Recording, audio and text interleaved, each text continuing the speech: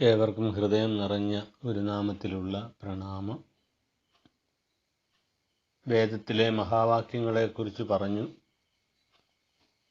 അത് മഹാവാക്യങ്ങളെ ഒരിക്കൽ കൂടി ഒന്ന് ഓർമ്മിക്കാം. പ്രജ്ഞാനം ബ്രഹ്മ, അഹം ബ്രഹ്മാസ്മി, തത്വമസി, അയമാത്മാ ബ്രഹ്മ. ഇതാണ് 4 മഹാവാക്യങ്ങൾ. ജിജ്ഞാസുവിനെ ആത്മബോധത്തിലേക്ക് നയിക്കുവാൻ പര്യാപ്തമായതാണ് മഹാവാക്യങ്ങൾ. ഈ മഹാവാക്യങ്ങൾ സമഞ്ജസമായിട്ട് കോർത്തിണക്കിക്കൊണ്ടാണ് തൃപാദങ്ങൾ ബ്രഹ്മവിദ്യാ പഞ്ചകത്തിലെ 5ാമത്തേതും അവസാനത്തേതുമായ ശ്ലോകം രചിച്ചിരിക്കുന്നത്. പ്രജ്ഞാനം ത്വഹമസ്മി തത്വമസി തദ്ബ്രഹ്മായമാത്മേതി സംഗായൻ വിപ്രചര പ്രശാന്ത മനസാ ത്വം ബ്രഹ്മബോധോദയാത് പ്രാരബ്ധം കുനു സഞ്ചിതം തവ കിമാഗാമി ക്വാ കർമാപ്യസത് ത്വയി അധ്യസ്ഥമദോഖിലം ത്വമസി സച്ചിന്മാത്രം ഏകം വിഭുഃ. പ്രജ്ഞാനം ത്വഹമസ്മി തത്വമസി തദ്ബ്രഹ്മായമാത്മേതി സംഗായൻ വിപ്രചര പ്രശാന്തമനസാ ത്വം ബ്രഹ്മബോധോദയാത് പ്രാരബ്ധം കുനു സഞ്ചിതം തവ കിം ആഗാമി ക്വാ കർമാ അപി അസത് ത്വയി അധ്യസ്ഥം അധഃ അഖിലം ത്വമസി സച്ചിന്മാത്രം ഏകം വിഭു. ആ 4 മഹാവാക്യങ്ങൾ സുന്ദരമായിട്ട് 1ാമത്തെ ശ്ലോകത്തില് ഗുരു തുന്നിപ്പിടിപ്പിച്ചിരിക്കുകയാണ്. പ്രജ്ഞാനം ത്വഹമസ്മി. 2 മഹാവാക്യങ്ങൾ ഒരുമിച്ച് ചേർത്ത് വച്ചിരിക്കുന്നു. പ്രജ്ഞാനം ബ്രഹ്മ, അഹം ബ്രഹ്മാസ്മി. 2 മഹാവാക്യങ്ങളെയും കൂടെ ഒരുമിച്ച് ചേർത്ത് വച്ചിരിക്കുകയാണ്. 3ാമത്തെ വാക്കോ തത്വമസി. പിന്നീട് വരുന്നത് തദ്ബ്രഹ്മായമാത്മേതി എന്ന് പറഞ്ഞാൽ അയം ആത്മാ ബ്രഹ്മ എന്നുള്ളത് വേറൊരു രൂപത്തിലാക്കിയിരിക്കുകയാണ്. ജീവിതത്തിൽ എന്താണ് ഈശ്വരോന്മുഖനായ ഒരുവന് ചെയ്യാനുള്ളത്? അതിന് സുന്ദരമായ വിവരണമാണിത്. ഈ 4 മഹാവാക്യങ്ങളും നീ അറിയണം. അറിഞ്ഞിട്ട് എന്ത് ചെയ്യണം? അത് ചൊല്ലണം. പാട്ട് പാടുന്നത് പോലെ അങ്ങ് പാടി നടക്കണം.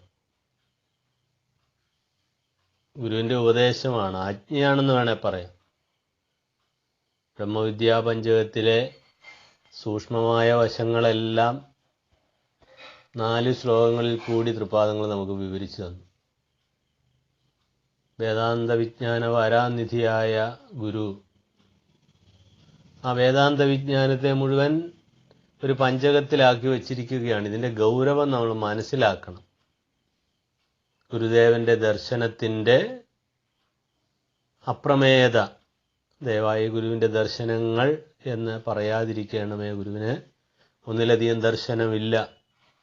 ഒന്നിൽ കൂടുതൽ ദർശനം വരുമ്പോഴാണ് ദർശനങ്ങൾ എന്ന് പറയുന്നത്. പലപ്പോഴും ആളുകൾ പറയുന്നു ഗുരുദേവ ദർശനങ്ങൾ. ഗുരുവിന് ഒരേ ഒരു ദർശനമേ ഉള്ളൂ, വേദാന്ത ദർശനം. ആ വേദാന്ത ദർശനത്തിന്റെ തൊടുകുറിയായി നിൽക്കുന്നു ഈ ബ്രഹ്മവിദ്യാ പഞ്ചകം. ഈ 5 ശ്ലോകങ്ങളിൽ കൂടി വേദാന്തത്തെ സംബന്ധിച്ച ജ്ഞാനം മുഴുവൻ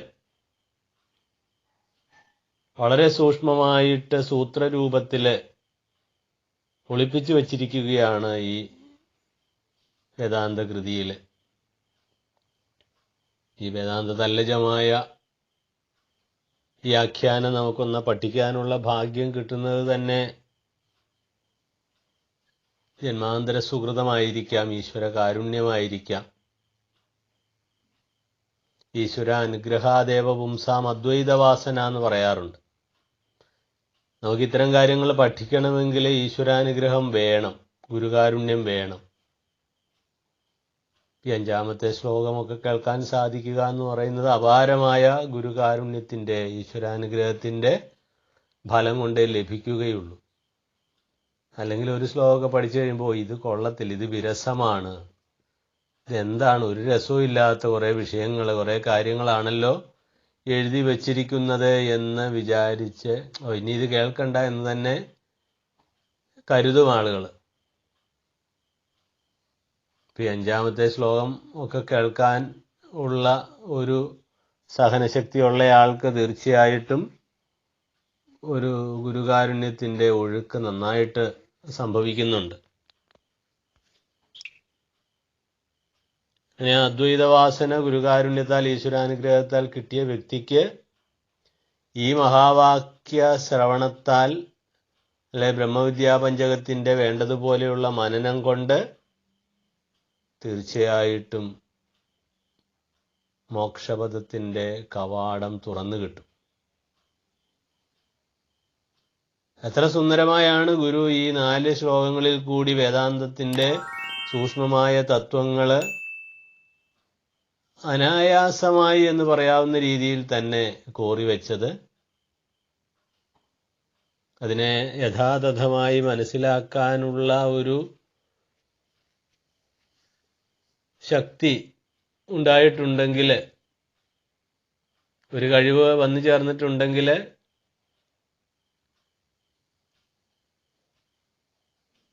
ഈ പഞ്ചകത്തിൻ്റെ മനനവും അനായാസം തന്നെയായിട്ട് തീരും.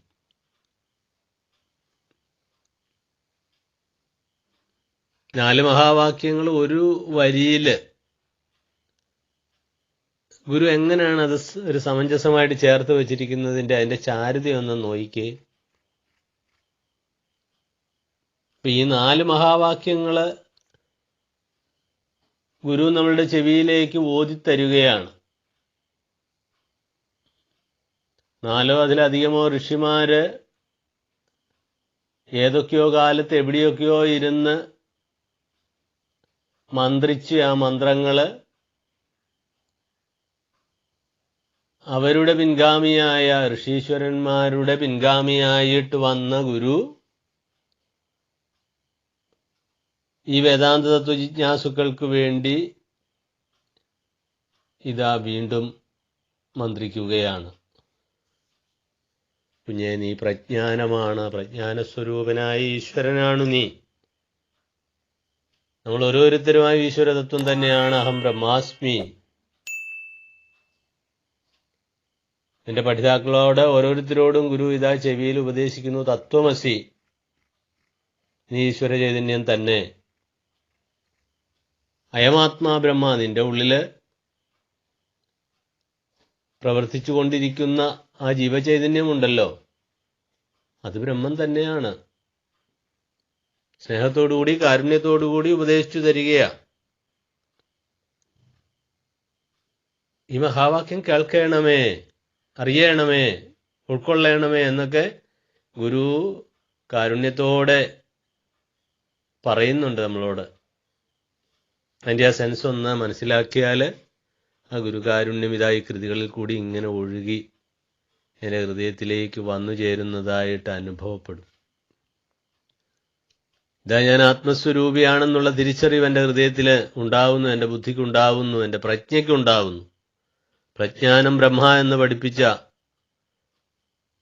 ആ മഹാവാക്യത്തിൻ്റെ കാമ്പ് എന്താണെന്ന് എനിക്ക് മനസ്സിലാവുന്നു. എൻ്റെ പ്രജ്ഞാരൂപത്തിലിരിക്കുന്ന ബുദ്ധിയിൽ അനുനിമിഷം ഉണ്ടായിക്കൊണ്ടിരിക്കുന്ന ഈ പ്രജ്ഞയുണ്ടല്ലോ, ആ പ്രജ്ഞാനം അല്ലെ എൻ്റെ ഉള്ളിലിരിക്കുന്ന ഈ ജീവതത്വം ആത്മാവ് തന്നെ.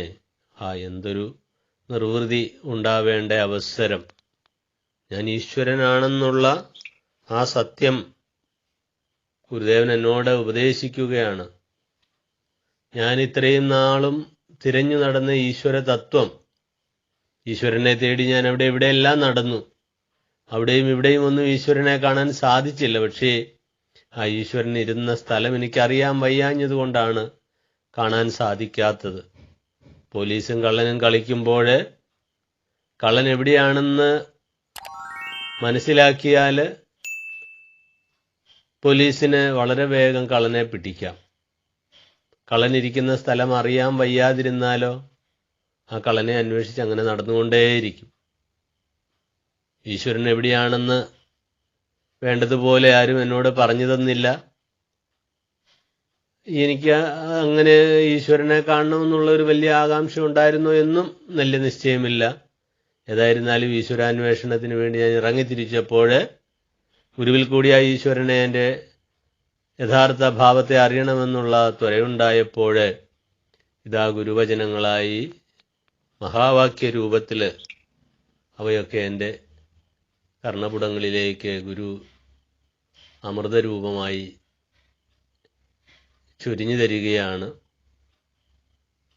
ഞാൻ കൃതകൃത്യനായി, തൃപ്തോഹം ഞാൻ തൃപ്തനായി, ശുദ്ധോഹം ഞാൻ ശുദ്ധനായി,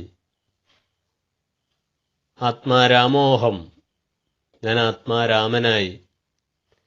അങ്ങനെ പരിശുദ്ധമായ ആത്മതത്വമാണ് ഞാനെന്ന് പഠിപ്പിച്ചു തരുന്ന മഹാഗുരുവിൻ്റെ പാദത്തിൽ ദീർഘനട നമസ്കാരം ചെയ്യാം. നന്ദി.